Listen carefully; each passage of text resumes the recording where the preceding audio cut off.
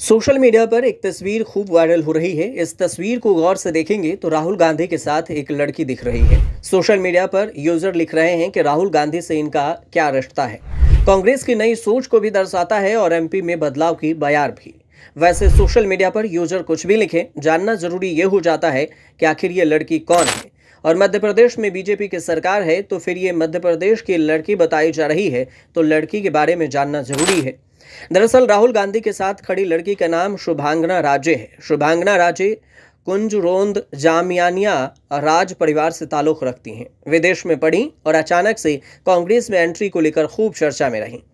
जानकारी के अनुसार से ये पता चला कि साल 2023 में धार के कुंजरोंद जामनिया राज परिवार के शुभांगना राजे जामनिया को इंदौर संभाग कांग्रेस प्रवक्ता नियुक्त किया गया। इसके बाद शुभांगना राजे ने तेजी से क्षेत्रीय राजनीति के लिए अपनी पहचान स्थापित की। कुंजरोद राज परिवार के गादी प्रमुख शुभांगना राजे के ताऊजी राजा शालिवाहन ने अगस्त 2023 में अचानक मीडिया के सामने आकर खुद के सगे छोटे भाई राजकुमार ध्रुव के बेटे शुभांगना राजे पर गंभीर आरोप लगा दिए। आरोपों में राजा शालिवाहन ने कांग्रेस के 28 साल के शुभांगना राजे के झूठे सर्टिफिकेट के माध्यम से लंदन में पढ़ाई समेत उनके पिता पर भी कई आरोप लगाए। फर्जी सर्टिफिकेट और उनके आदिवासी भिलाला जाति अपनाकर फर्जीवाड़ा का भी आरोप लगाया और इसे मुद्दा बना दिया। परिजनों को धमकाने जैसे आरोप भी मीडिया के सामने आकर लगा दिए।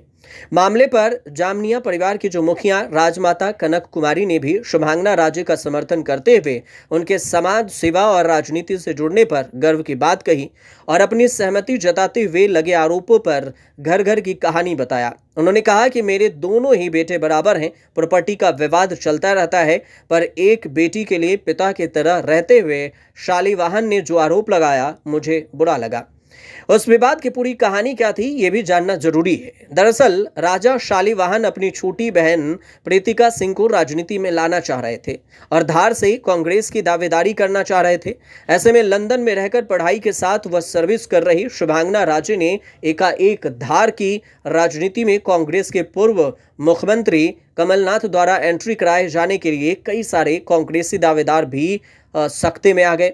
उनकी दावेदारी पर संकट खड़ा हो गया और ऐसे में जानकारों के अनुसार से राज परिवार ने वापसी विवादों का फायदा उठाकर क्षेत्रीय कांग्रेस दावेदार उक्त विवाद की आग में घी डालकर राज परिवार को आपस में उलझा दिया।